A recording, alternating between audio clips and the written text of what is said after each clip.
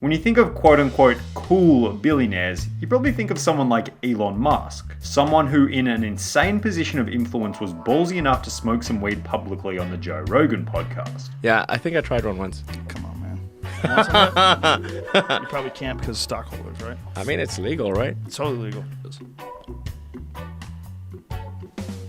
However, the only real backlash from this clip was stoners using the clip to justify smoking weed as being a good thing. Yeah man, Elon Musk did it for 5 seconds on Joe Rogan, so smoking weed is clearly good for you, man. But smoking weed on Joe Rogan is nothing compared to the billionaire we're going to look at today. A billionaire who on the Mike Tyson podcast claims that he believes the benefits of heroin to outweigh the negatives. When a smack addict takes smack and they drift off, they drift off, the ego self disappears. And to say that is a bad thing? Well, what about if the substance takes more from you than it gives? And that's bad stuff, man.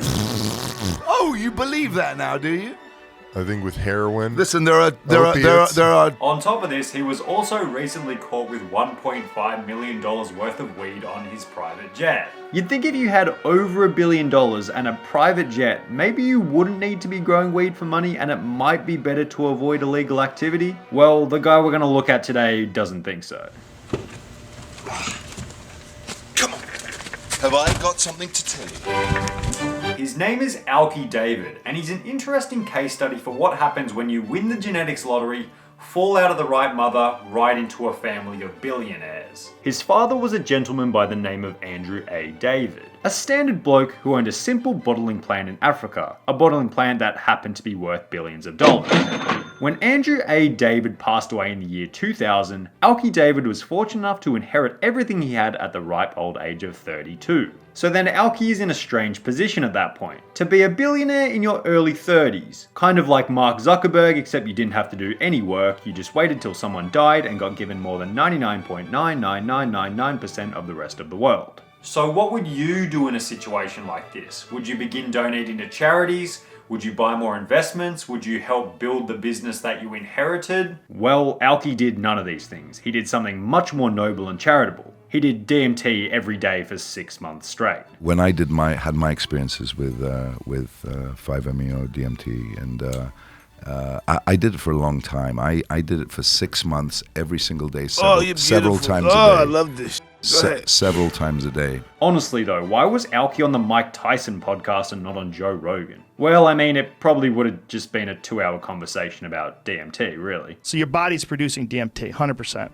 Who the f*** knows? It could be anything. I mean, it definitely could be some sort of an insane hijacking of your sensory nervous system, and it produces this spectacular psychedelic effect. Yes. You've done regular DMT too, right?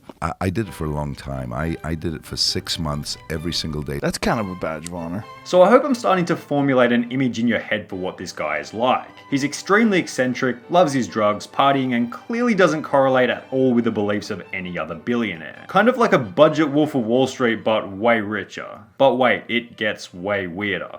I found out about this guy when I was researching the Keemstar documentary. Turns out he's actually good friends with a lot of the old Call of Duty YouTubers like Keemstar and Only Use Me Blade. I pulled a prank on Alki David, and this video is going to show what I did. So not only is he a total druggo, he's also a dude who enjoys playing Call of Duty. How many billionaires can you think of that also happen to play Call of Duty Modern Warfare 2? Imagine asking Jeff Bezos, so what was your secret to success, Jeff? Well, look, man, I just get up in the morning, drop a nuke on Wasteland and go to work. A nuke on Wasteland. That sounds a lot like an analogy for like taking a dump before you go to work. I didn't mean it that way, but I guess you can interpret it that way if you want. But all jokes aside, he actually does love playing Call of Duty. So much so that he began setting up Call of Duty tournaments with Keemstar and Only Use Me Blade in the early 2010s. You'd think that if you had over $1 billion, you might have better things to do with your time and money than play Call of Duty.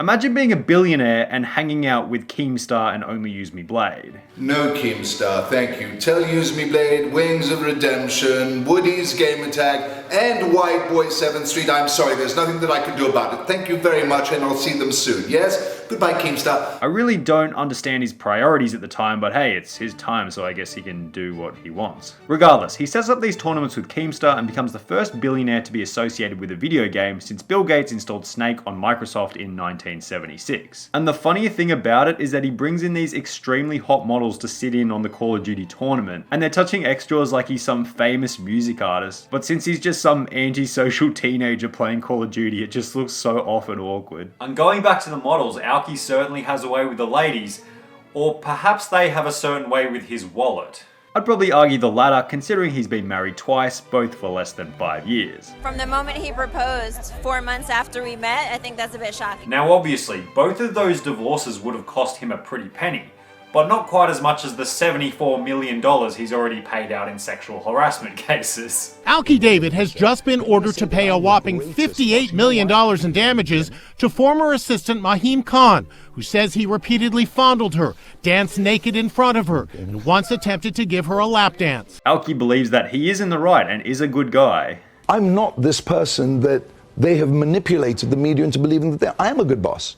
I'm genuinely a decent man. But if this is the case, if he is actually a good guy, I'm sure the jury would have something nice to say and would surely stick up for Alki when it comes to the courtroom. This is what they had to say about him. Absolutely despicable and reprehensible and intolerable and unacceptable at any level. And it appears as though the YouTube viewers have the same opinion on him. In fact, if you go to the Alki David Mike Tyson podcast, you'll find that 80% of the comments are literally just talking about how awful he is. And it's for a good reason. On the podcast, he was a total douchebag to one of the main hosts, saying that no one watches the show for him and only comes to watch Mike Tyson. Hello everyone.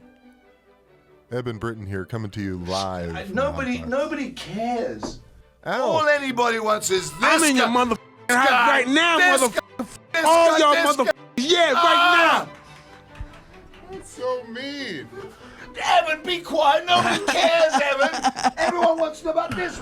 Do you really think anybody would care? That's my That's my co-defendant. And maybe that's the reason why Alki and Keemstar get along so well. They both share one specific thing in common: an absolutely abhorrent public image. But enough of the crazy stuff that Alki's done. He clearly can't get any worse than that, right? Let's look at something Alki did that every billionaire has done and does on a regular basis. You might almost say it's the key to success. That key is regularly calling up different sex hotlines for prank videos. Please re-enter your credit card number, followed by the pound sign, now. What's wrong with you? But it's fine. Alki said it himself. Even a billionaire can mess up sometimes. Even a billionaire can make a mistake. No, an error in judge. No, I don't know what you'd call it, but even billionaires make them. So what would be the best way to redeem yourself from doing a silly thing like calling a sex hotline for a video? Well, perhaps some kind of apology to the public might be in order. Well, he had the perfect opportunity for such an apology on nowhere other than the red carpet. He gets the opportunity to say whatever he wants to the audience, perhaps something redeemable for his unacceptable behavior. This is what he had to say. Chili Jan. That's okay. Alki, I don't want to put my mouth on that now. That's absolutely disgusting. Oh my goodness. Jennifer, I'm not often speechless, but I think that. But that's alright. This wasn't the last chance. He had another opportunity to redeem himself on his YouTube channel when he uploaded the video, A Message to the Gaming Community. Would this be an apology for all of his crazy behavior? Surely a billionaire needs to act a little bit more sophisticated in order to keep up with his prominent public image. This is what he had to say. I am absolutely f***ing outraged that you moronic little 12-year-old prepubescent sons of b****s could spew so much hate and vitriol. But surely, this must be somewhat of an act, right? Surely he can't really live this lifestyle of debauchery and it's all just a facade. Surely, in reality, he must be a hard-working, mature guy. Let's see what his girlfriend has to say about that. But Alki's actually a very mature and educated man.